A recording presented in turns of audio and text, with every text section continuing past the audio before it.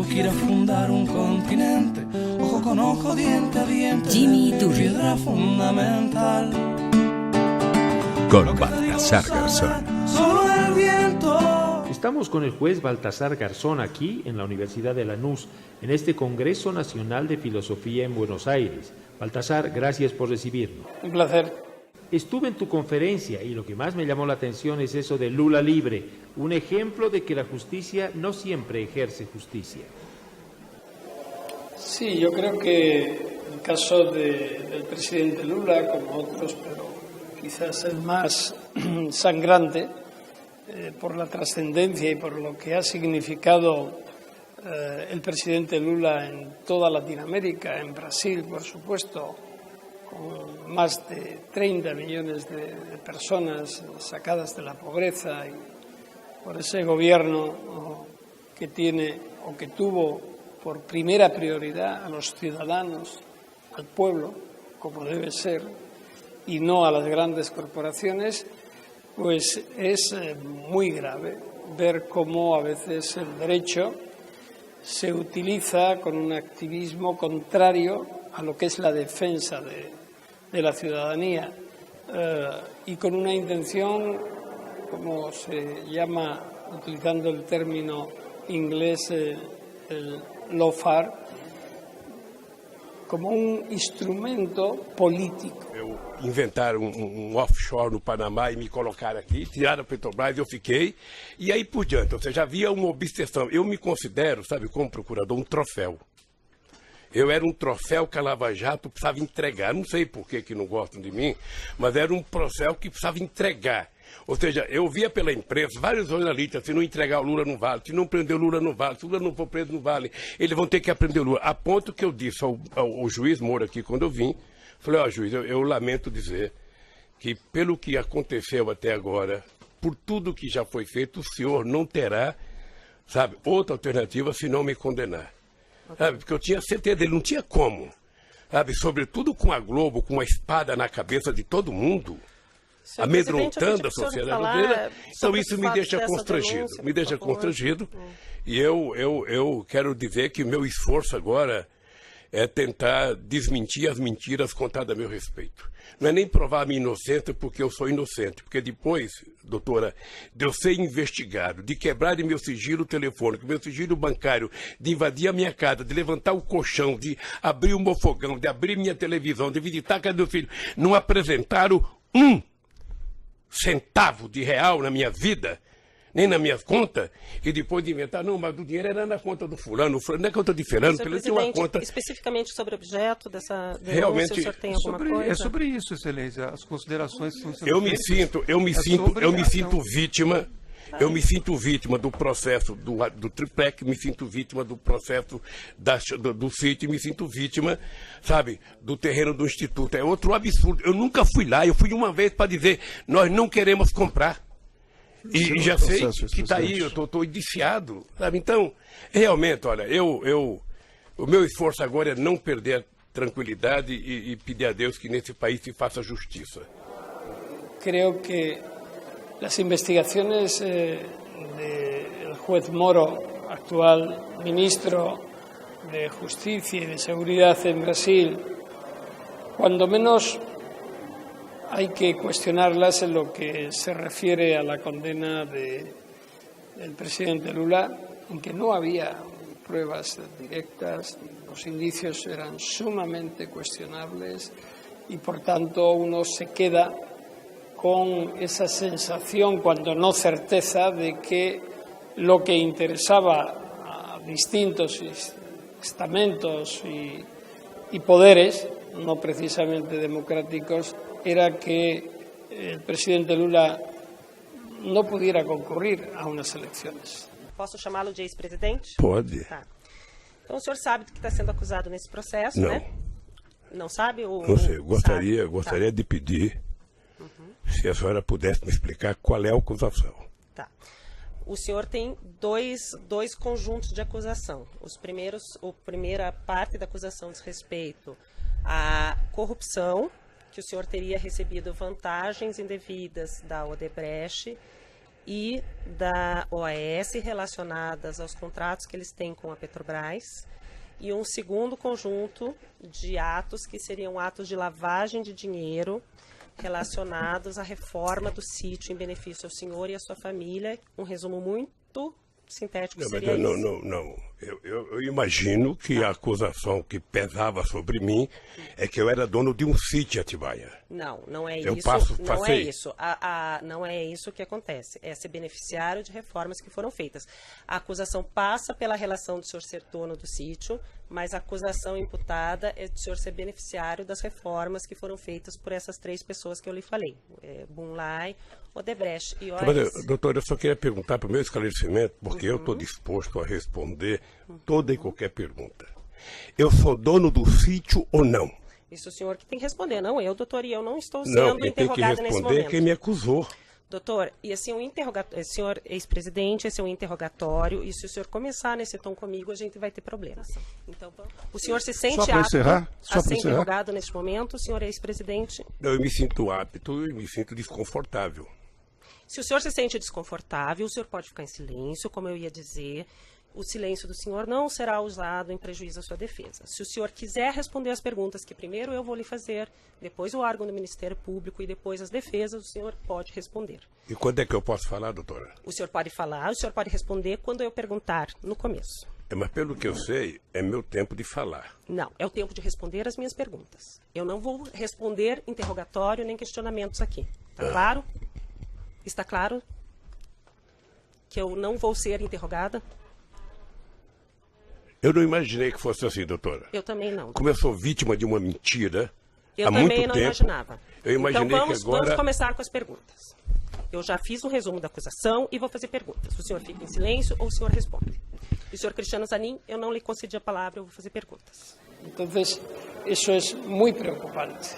Não tem nenhum sentido que Lula haya estado y siga estando privado de libertad en función de una imputación, de una acusación más que cuestionable. Hay una imagen de que los jueces suelen cenar con los poderosos y nunca en el mercado. Cenar. Comer, almorzar. No, ya. Digo que cenar, estaba pensando también que a veces es comer y desayunar.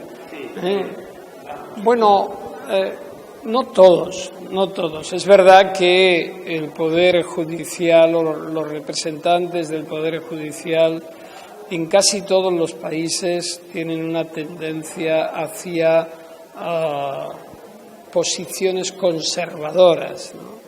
Y esto es una cuestión que yo critico sumamente, ¿no? Porque el derecho nunca se creó como un instrumento de administración de justicia como protector de las clases dominantes. Va en contra de su propia esencia, aunque a lo largo de la historia se ha utilizado como un fin en sí mismo para proteger a esas clases, ¿no? Pero yo creo que hoy día esta concepción tiene que ser superada y durante un tiempo ha podido ser, hemos tenido quizás el espejismo de que podía ser posible en Latinoamérica, por ejemplo, y de golpe ahora nos encontramos que salvo excepciones, pues volvemos otra vez a que el Poder Judicial se desayune o almuerce o cene en la mesa de los poderosos y no de la ciudadanía y de los más vulnerables, ¿no? Yo recuerdo que en mi país, en España, siempre se decía, cuando yo empezaba mi carrera judicial, tengo una anécdota de que llegando a mi destino, a unas semanas, alguien vino a vernos a la casa y dijo, bueno, ¿cómo es posible? No te reuniste con las gentes, con las fuerzas vivas. Y yo pregunté, digo, ¿cuántos habitantes tiene la localidad? ¿Cuántas familias puede haber? Unas 2.000 familias. Bueno, no tengo presupuesto para reunirme e invitar a tomar café a 2.000 familias, por tanto, mi casa está abierta, ¿no? Y claro, lo que se me quería decir es que había roto esa tradición de que el juez llegaba y se instalaba junto con las élites, ¿no? y si no lo hacía así, se contaminaba. Es decir, si se relacionaba con la sociedad llana, se contaminaba. Si se relacionaba con el poder establecido y las élites y las corporaciones, preservaba su independencia. Es decir, que es un contrasentido, ¿no? Y yo soy de los que piensan que el juez se tiene que contaminar, se tiene que llenar de sociedad, porque si no es imposible que tenga la perspectiva del sufrimiento y de las necesidades del pueblo. Es a partir de esa proximidad, de esa contaminación positiva, que puede impartir justicia e interpretar las normas y las leyes de acuerdo con la necesidad del pueblo, no de los que a veces someten al pueblo. Ya volvemos con Baltasar Garzón. Tengo que ir a fundar un continente, ojo con ojo, diente a diente. Jimmy Iturri. Con Baltasar Garzón. Con un necesario control social, ¿qué opinas de la fórmula boliviana de que sean elegidos los jueces supremos a través del voto? Yo soy partidario de que la ciudadanía participe en la elección de los órganos de gobierno de los jueces. No soy contrario tampoco a que haya mecanismos de elección o de participación popular en la designación de los cargos judiciales. Ahora bien, también digo que a ciertos niveles es necesaria la profesionalización de la justicia, pero en un sentido humanista, integrador, universal, en comunión con esa cosmovisión que pueblos originarios tienen, y no una profesionalización para ser simplemente medidores de normas. Es decir, el juez no solo debe ser ciudadano, conocer los problemas de la gente, estar junto a las víctimas, protegerlas, aplicar las garantías, pero también tiene que conocer el derecho, que muchas veces es demasiado complejo porque va más allá del estricto ámbito local en el que te mueves. Cada vez más Bolivia, como cualquier otro país, ratifica los convenios internacionales, el derecho penal internacional, el derecho internacional de los tratados, el derecho humanitario. Es algo que desborda los límites y a la vez te obliga, te vincula, porque así lo ha decidido el propio Estado. Por tanto, ese conocimiento es necesario, ese conocimiento humanista de otras culturas para asimilar. En definitiva, el conocimiento del derecho exige una comprensión de los problemas de los ciudadanos y a veces, cuando tienes que solucionarlos, tienes que conocer esas reglas. Por tanto, cualquier fórmula de elección que garantice el mérito, el humanismo y la preparación científica, además de los valores de la independencia, la imparcialidad y el principio de legalidad, para mí son válidos. Y no sospecho de los ciudadanos, porque al final del día el Poder Judicial tiene un titular, que es el pueblo, y la justicia se imparte en nombre del pueblo. Entonces no podemos desconfiar del pueblo. Quizás no se explica suficientemente esto para extraer de esas élites lo que es la esencia de la justicia. Hay una vieja acepción castiza que dice: echa la ley, echa la trampa. Y a veces en nuestras universidades se enseña la trampa mucho y poco la ley. Yo soy partidario de que la ciudadanía participe en la elección de los órganos de gobierno de los jueces. No soy contrario tampoco a que haya mecanismos de elección o de participación popular en la designación de los cargos judiciales.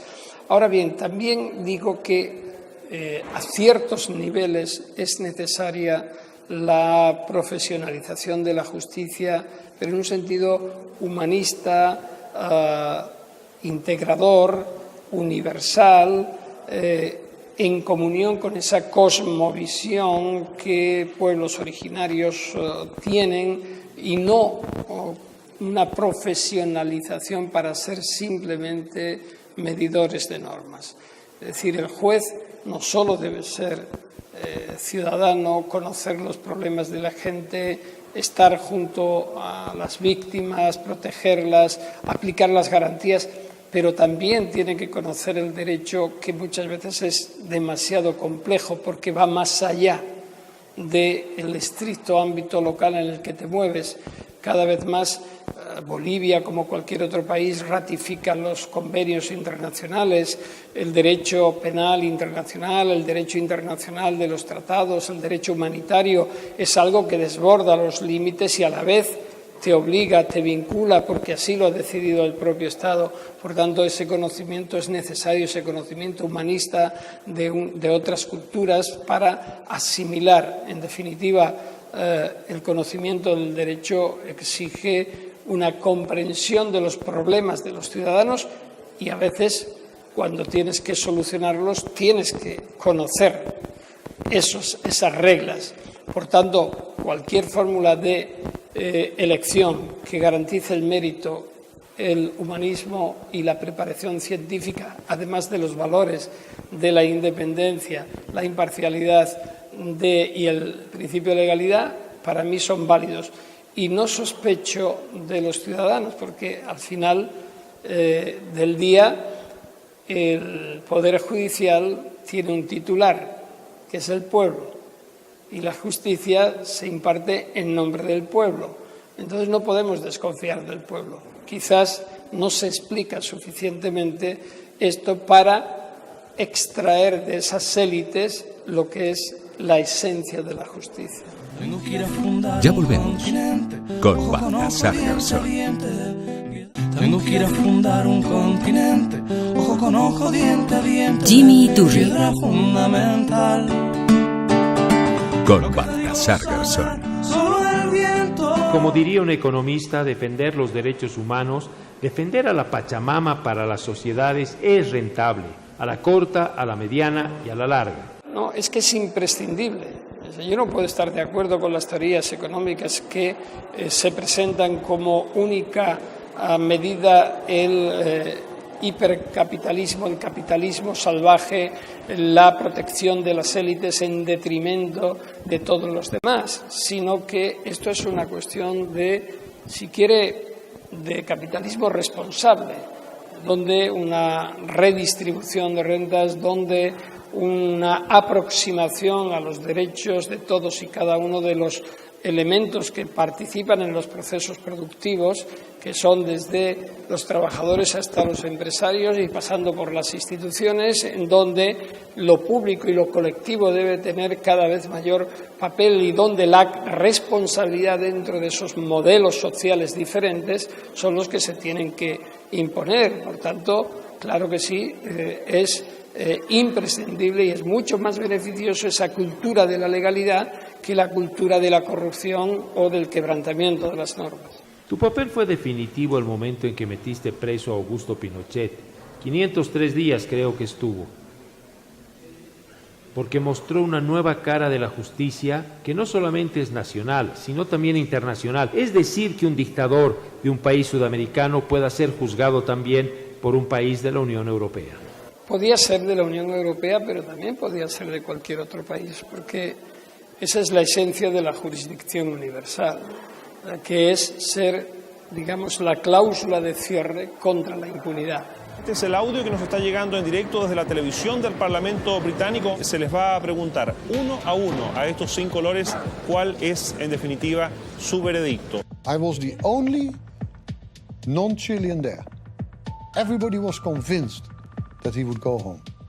¿Aceptan o no aceptan la decisión de la alta corte británica que falló a favor del senador vitalicio Augusto Pinochet, reconociéndole la inmunidad soberana? Escuchemos. The Secretary of State for the Home Department and the Government of Spain, ex parte Augusto Pinochet Ugarte. Todos esperábamos que iban a decir sí, que se podía ir. Y de repente los 5 jueces decidieron yes. And I would dismiss the appeal. Sí. I would therefore dismiss the appeal. No. Senator Pinochet is not immune. No. General Pinochet has no immunity whatever. No. Senator Pinochet does not have immunity from prosecution, and I too would therefore allow the appeal. I agree with them that Senator Pinochet does not have. El senador Pinochet no tiene inmunidad.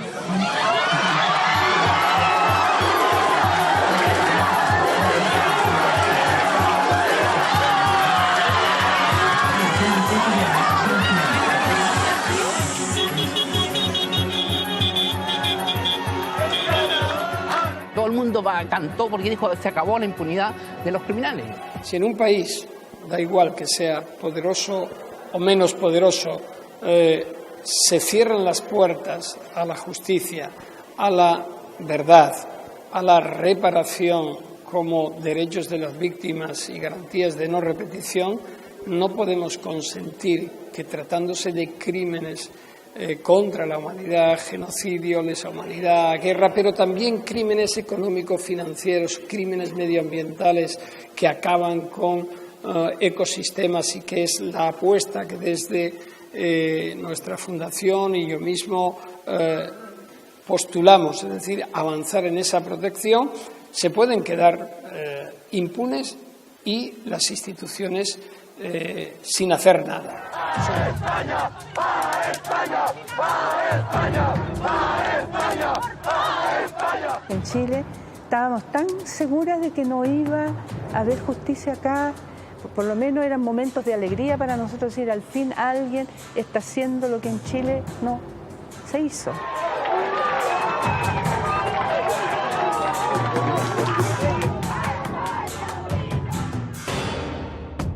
El juez Bartle dio curso a la extradición y ahora el gobierno chileno recurre a las razones de salud. Era evidente que las presiones políticas que estaban presentes desde el primer momento iban a multiplicarse.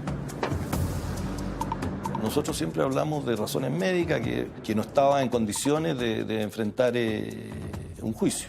Son crímenes internacionales, dañan a toda la humanidad. Por tanto, si en un lugar hay impunidad y no puede perseguirse, tenemos que encontrar otro punto, sea cual fuere, porque las víctimas son universales, no son chilenas, no son bolivianas, no son españolas, son todas las víctimas universales.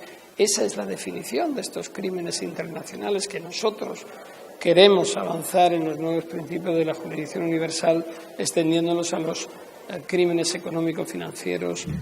Tenía que reivindicar al llegar allí todo ese patriotismo casposo que para mí es ofensivo a las víctimas. Es decir, era la prepotencia de decir ni hemos hecho, ni nos van a hacer, ni vamos a consentir, ¿no? Era una prolongación más de ese desprecio a las víctimas. En estos momentos se están sacando al senador Augusto Pinochet en esta silla de ruedas. Pone de pie para saludar al teniente general Ricardo Isurieta, el comandante en jefe del ejército. Cuando se baja del avión, dice que sintió como una oleada de energía, que lo sentíamos todos. Era una oleada, era una energía enorme. Y esa energía lo hizo, ¡pum!, se paró, cosa que los médicos se quedaron así, y caminó. And I was furious beyond belief when Pinochet, when he got to Santiago de Chile airport, he stood up because that proved that this was a fraud. Ya volvemos con Baltasar Garzón. Tengo que ir a fundar un continente, ojo con ojo, diente a diente. Jimmy Iturri. Piedra fundamental. Con Baltasar Garzón. Y eso también se extiende a la conciliación. Por ejemplo, el caso del Tribunal de la Haya, a donde fue Bolivia para presentar su diferendo con Chile. No nos fue muy bien, pero de todas maneras me parece que fue acertada esa búsqueda. Sin lugar a dudas. Es decir, cuando los países no se ponen de acuerdo hay que acudir a esa instancia, y la batalla fue dura, con un derecho del pueblo boliviano a una salida al mar. Los jueces al final interpretan de una forma, ese es el juego del derecho, pero eso lo que implica es que no se puede dejar de dialogar y se tiene que encontrar una solución concordada entre pueblos hermanos que están condenados a entenderse. Son instancias internacionales que están precisamente para solucionar pacíficamente los conflictos y evitar cualquier tipo de confrontación. Por último, ¿cómo ves este devenir de América Latina que pasó de la izquierda progresista a ahora a modelos más conservadores y todos ellos apuntalados a vengarse de quienes fueron sus rivales? Por ejemplo, el caso de Correa, el caso de Cristina Fernández, el caso de Lula, etcétera. Bueno, es muy grave lo que está sucediendo, ¿no? Quizás no comparta la afirmación de que son menos progresistas o algo conservadores, son en algún caso de extrema derecha pura y dura. Por ejemplo, Bolsonaro y sus posiciones de revisionismo histórico en todo lo que se refiere y políticas que claramente atacan a los derechos de la madre tierra, a la Amazonía y priman el extractivismo, etcétera, es muy preocupante.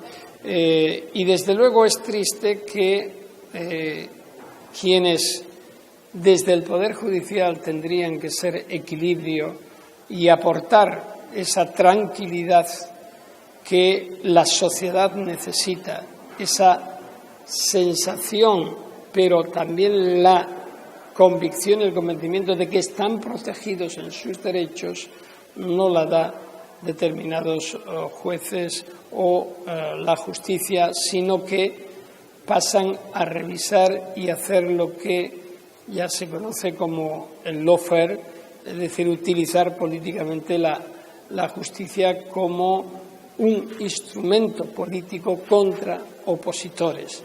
El día que sobre lo construido se siga construyendo y no se trate de derribar lo obtenido, sobre todo cuando se refiere a conquistas de derechos para la sociedad, ese día podremos decir que las democracias están consolidadas. Mientras tanto, esto es una lucha constante y no podemos permitir que se produzca esta regresión. Los ciudadanos, las ciudadanas no nos lo autorizan, no lo perdonarían y la propia humanidad tampoco. Es ir en contra del curso de la historia. Y eso incluye los derechos de las minorías y de esa mayoría, pero que es tratada como minoría, que son las mujeres. Absolutamente.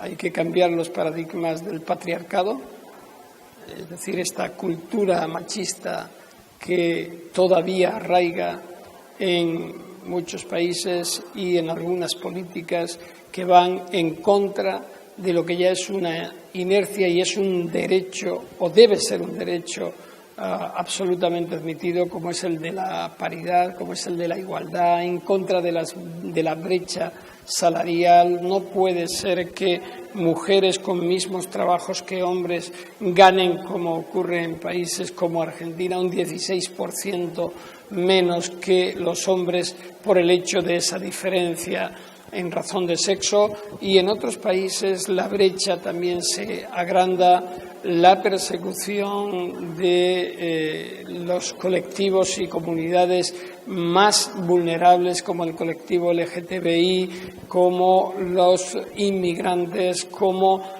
los mayores, como los niños, adolescentes. Es decir, no podemos permitir que una sociedad que creíamos fortalecida se convierta en una verdadera plaga en contra de sus propios integrantes. El 2021 se cumple tu sanción. ¿Volverás a presentarte para ser juez? ¿Tienes todavía ganas de serlo? Sí, yo siempre he dicho que hice Derecho, estudié Derecho para poder ser juez.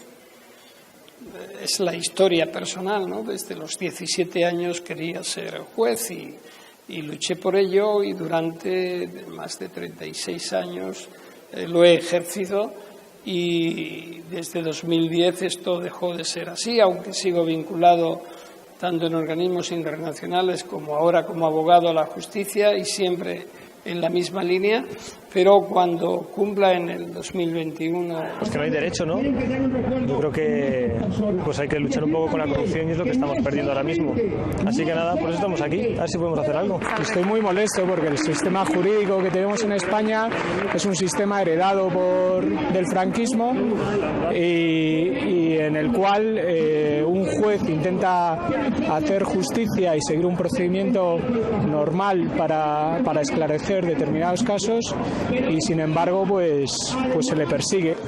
El tribunal le condena por haber autorizado interceptar las conversaciones mantenidas en prisión entre sospechosos y abogados de una trama de corrupción que afecta a exaltos cargos del Partido Popular. El mediático juez ha anunciado que recurrirá a la sentencia que, según él, elimina toda posibilidad de investigar la corrupción. Garzón ha recibido a las puertas del Supremo una multitudinaria palmada en la espalda. ¡Amigo! ¡El pueblo está contigo! Unas 300 personas entre asociaciones de derechos humanos y víctimas del franquismo han protestado a gritos contra la justicia española. ¡Vergüenza! ¡Vergüenza! ¡Vergüenza! También han mostrado su indignación sus compañeros. El juicio es uno de los hechos más negativos de la historia de la democracia española. Y con humor han llevado al mismísimo Franco al juicio. Ojos, Garzón es un rojo que se me escapó. Dentro, la defensa de Garzón ha pedido su absolución y ha exigido la nulidad del proceso porque, dicen, el juez instructor Luciano Varela no fue imparcial. Consideramos que el instructor de esta causa vulneró normas esenciales del procedimiento, que tomó partido y que desde un punto de vista objetivo perdió su imparcialidad. Y denuncian además que Varela indicó al sindicato Ultramanos Limpias las correcciones que debían hacer en el escrito de acusación, que por cierto habían copiado literalmente de un auto del juez. Ni siquiera se tomaron la molestia de corregir las erratas, o sea, fue como digo, un corta y pega del auto del instructor.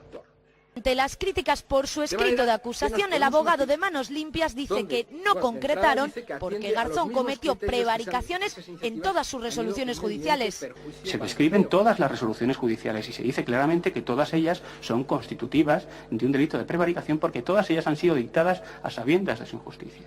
Por su parte, la Fiscalía ha pedido el sobreseimiento de la causa contra Garzón porque ve además que el acusado está totalmente indefenso. Y causando con ello vulneración de derechos fundamentales y una clara situación de indefensión para el... No, esa sentencia, mi intención es volver. Es una forma de reparación. Si no fuera posible, litigaría para que sea posible porque... ya está bien con la sentencia cumplida, ¿no? Pero bueno, ahí estamos. En todo caso hay que seguir adelante y mi norte siempre va a ser la defensa de las víctimas. A veces, cuando tememos o perdemos la fe en la justicia, recordamos que hay hombres como tú, Baltasar. Muchas gracias. Un placer. Tengo que ir a fundar un continente con Baltasar Garzón. Piedra fundamental. Lo que te digo lo sabe solo el viento, los ladrillos y tejas, los bichos de limpieza y tú que estás sentada mirando en el umbral de baño.